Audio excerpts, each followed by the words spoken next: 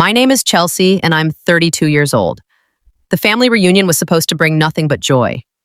My mother had booked the lake house for the entire weekend, the very same one we'd visited every summer since my childhood. And for once, everyone actually made it. My sister Margaret, her husband Trent, our cousins, even my uncle, who typically skips every gathering. String lights were draped along the porch railing. Someone had cooked far too much corn on the grill. And for a few precious hours, I allowed myself to believe we were just an ordinary, happy family. I slipped away around 9 that evening because I had an early shift at the clinic the following morning. I hugged my mother, told Margaret I'd check in with her during the week, and made the 40-minute drive back to my apartment with the windows open, feeling lighter than I had in a very long time. That feeling didn't stick around. Once home, I kicked off my shoes and opened my banking app out of habit, the same mindless way you reach for your phone before bed without really thinking about it. The number staring back at me didn't register at first. I blinked, refreshed the screen, convinced it had to be some kind of system error. My checking account, the one I had spent 2 years carefully building toward a house down payment, the one that held $41,000 just that morning, now showed a balance of $312. I sat on the edge of my mattress for a long time before I could process what I was actually looking at.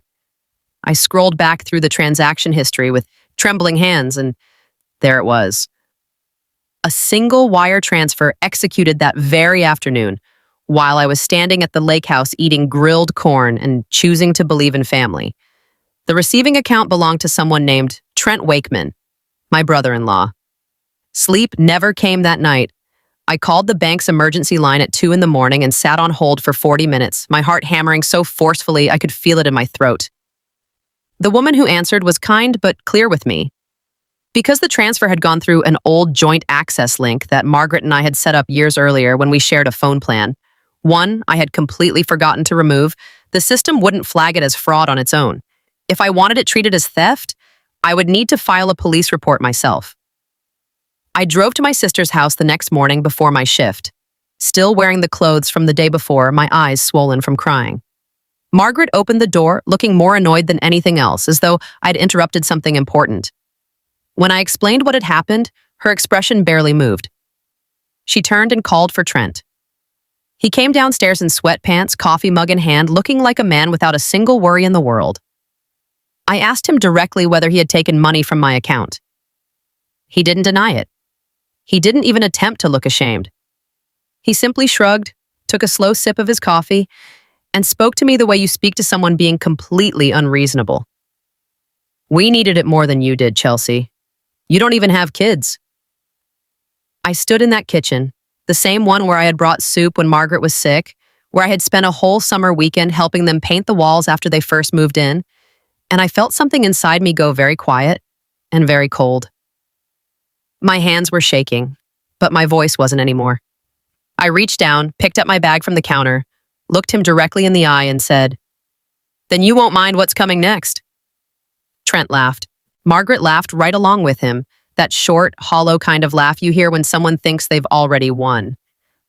"What exactly are you going to do, Chelsea? Cry about it?" Trent said, setting his mug down hard enough that coffee sloshed over the rim. "It's family money. Get over it." I didn't say another word. I turned around and walked out of that house with my chest burning and my eyes stinging, but I did not let them see me cry. I sat in my car in their driveway for nearly 10 minutes, waiting for my hands to stop shaking enough to drive.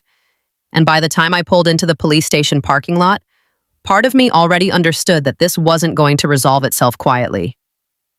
I filed the report that same afternoon, laying out every detail I had. The bank records, the wire transfer confirmation, the screenshots showing his name on the receiving account. The officer who took my statement told me plainly that theft between family members was still theft under the law, and that someone would be in contact within the week. I didn't think it would move that fast. 3 days later, I was standing back in that same kitchen, my mother beside me calling me selfish for tearing the family apart, Margaret screaming that I had destroyed everything, and Trent leaning against the counter with that same unbothered look on his face, completely certain that nothing real was going to happen to him. That's the precise moment it did. A heavy bang shook the front of the house, hard enough to send the dishes rattling in the cabinet. Every person in that kitchen turned at once. The front door swung open, and standing in the frame were two uniformed officers and a detective I recognized from the station. The detective stepped inside first, scanning the room until his gaze landed on Trent. "Trent Wakeman," he said, and it wasn't phrased as a question. My mother gasped and gripped the edge of the counter. Margaret's face went completely pale.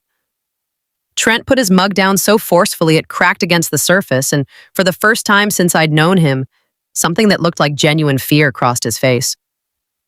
"You're under arrest for theft by deception and unauthorized electronic transfer," the detective said, already reaching for the handcuffs on his belt. One officer moved to read him his rights, while the other kept watch over the room with the quiet alertness of someone prepared for anything. My mother started pleading with the officers, not for me, but for him, begging them to give the family a chance to resolve things privately. Margaret was screaming that I had done this, that I had called the police on her own husband, that I had no idea what I had just destroyed. I stood near the doorway with my arms folded across my chest, watching a man I had once trusted enough to welcome into my family walk out of that kitchen in handcuffs. He never looked at me on the way out. He stared at the floor. The detective lingered behind after the squad car pulled away and asked to speak with me privately. I followed him out onto the porch.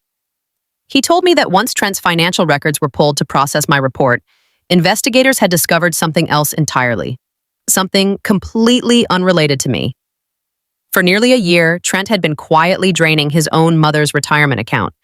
Small withdrawals at first, then progressively larger ones, exploiting the exact same kind of forgotten shared access loophole he had used against me.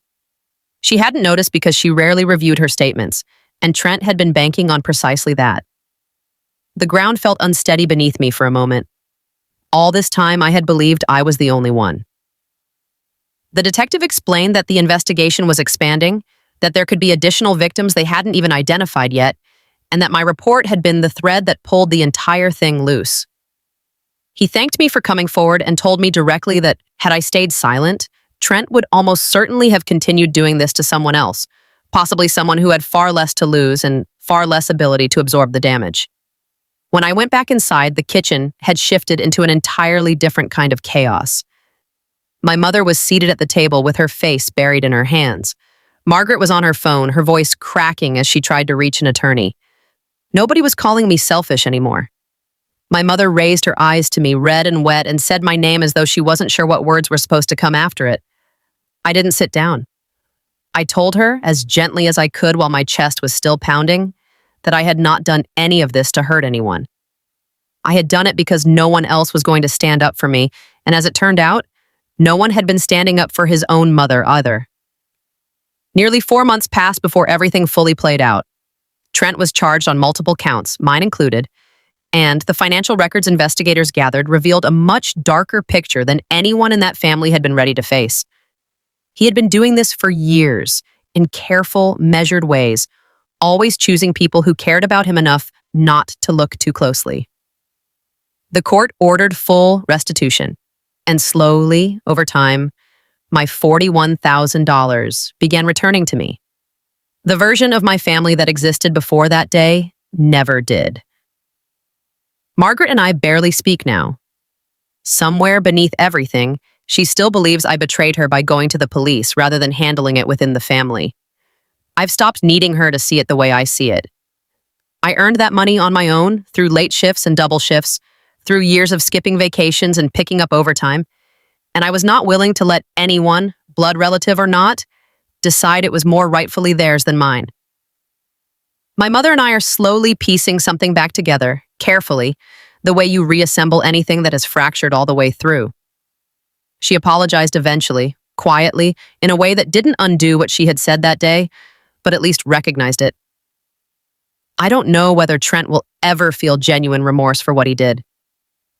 People who operate the way he did rarely do. But I know without question that I am not the same woman who walked out of that kitchen trembling, afraid to defend herself. What I learned is that protecting yourself is not selfish, no matter how loudly the people who are supposed to love you insist otherwise.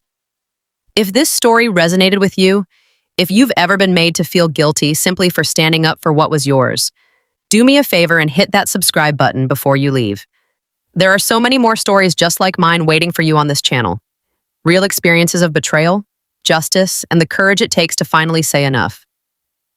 Subscribe now because you will not want to miss what comes next.